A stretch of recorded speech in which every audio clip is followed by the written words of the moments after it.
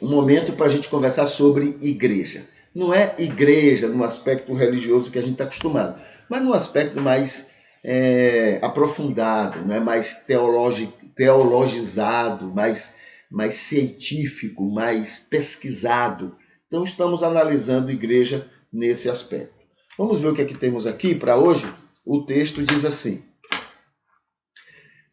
dicionários gerais definem eclésia, que é traduzido por igreja, como assembleia, como igreja, distinguem entre igreja como a todo corpo e congregação local ou igreja na casa. Então, igreja aqui fica no sentido de um todo, não é? De um corpo maior, formado por várias igrejas, e também a ideia de igreja como aquele grupo, um grupo pequeno que se reúne, né, com frequência. Então, os dicionários fazem essa diferença. A ênfase difere de acordo com a denominação, embora por vezes a unidade básica seja percebida. Visto que o Novo Testamento usa um único termo, as traduções deveriam tentar fazer o mesmo, mas isso levanta a questão quanto a se igreja ou congregação é sempre adequado, especialmente em vista do uso do Antigo Testamento para Israel e do subjacente hebraico e aramaico.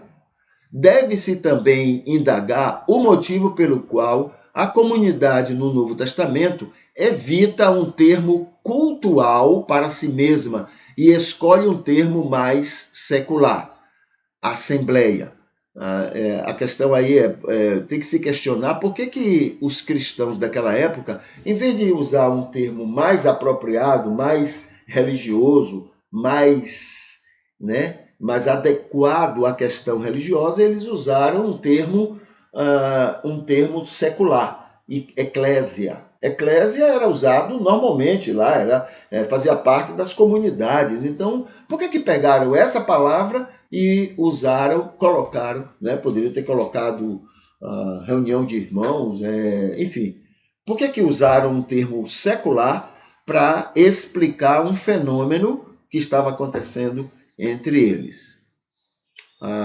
O judaísmo usava o termo sinagoga, né? Mas o cristianismo pegou um termo secular. Aí está aqui, hebraico, deve-se também, né, indagar o motivo pelo qual a comunidade do Novo Testamento evita um termo cultual para si mesma e escolhe um termo mais secular.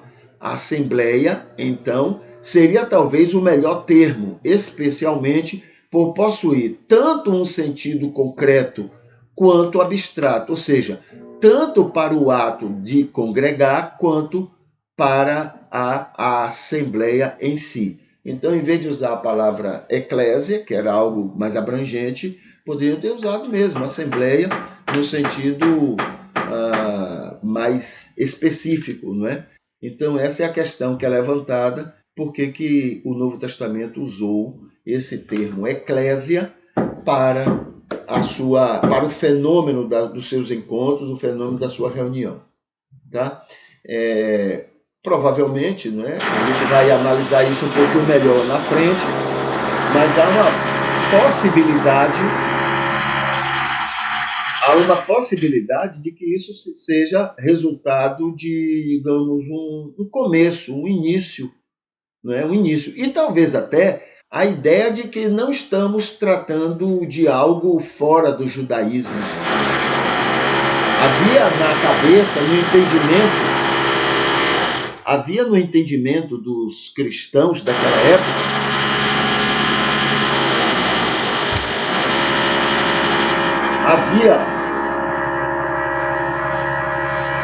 havia no entendimento daquelas pessoas, né, a ideia de que o judaísmo não era tão diferente do cristianismo. O cristianismo era como se fosse uma sequência.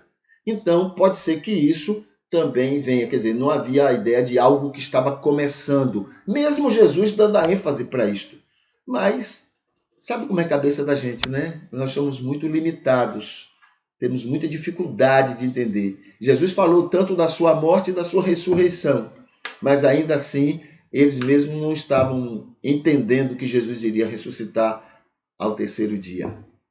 Entende? Então e nem podemos criticá-los, porque nós somos a mesma coisa. Nós temos as mesmas deficiências que eles tinham.